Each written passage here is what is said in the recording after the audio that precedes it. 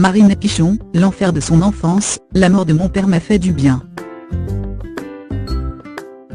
Elle a marqué l'histoire du football d'une empreinte indélébile, mais le destin de Marinette Pichon aurait pu être tout autre. Victime d'un père abusif, son caractère et le sport auront été sa planche de salut. C'est la retraitée du football international la plus reconnue. La Française Marinette Pichon est, comme le résume l'équipe, une icône, la première en presque tout dans sa discipline.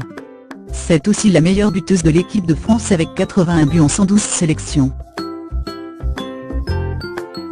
À 44 ans, Marinette Pichon a raccroché les crampons.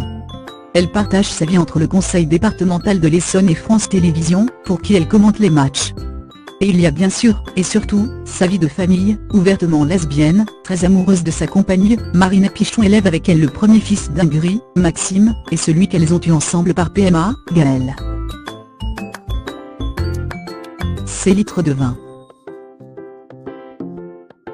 Ce mardi 3 avril 2018 dans l'équipe, Marinette Pichon se confie longuement à l'occasion de la sortie de son autobiographie, écrite avec Fabien Lévesque, son complice sur France Télé, dont le titre résume à peu près tout, Ne jamais rien lâcher, édition First. Car avant de devenir une star du football et une femme comblée, Marinette Pichon, tout comme sa sœur et ses mères, a été la victime d'un père de famille abusif, violent et alcoolique.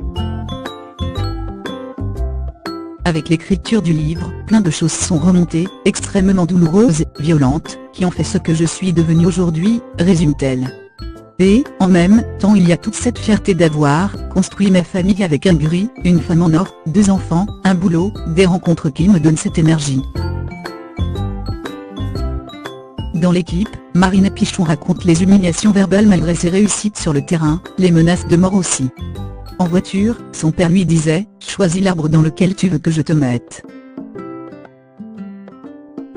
Ce père a été condamné à 10 ans de prison pour viol, celui de la grand-mère de la footballeuse. Au procès, Marinette Pichon lui demande s'il a réellement voulu des enfants, il répond non. Il s'est construit, le pauvre, sans affecter, il s'est révélé avec des insultes, des menaces de mort, des courses au couteau dans les escaliers. Savoir que lui est mort m'a fait encore plus de bien. L'ancienne footballeuse estime pour autant que son calvaire n'était rien comparé à celui de sa mère et de sa sœur. Ce livre, c'est aussi rétablir leur vérité. J'ai morflé mais elles encore plus que moi.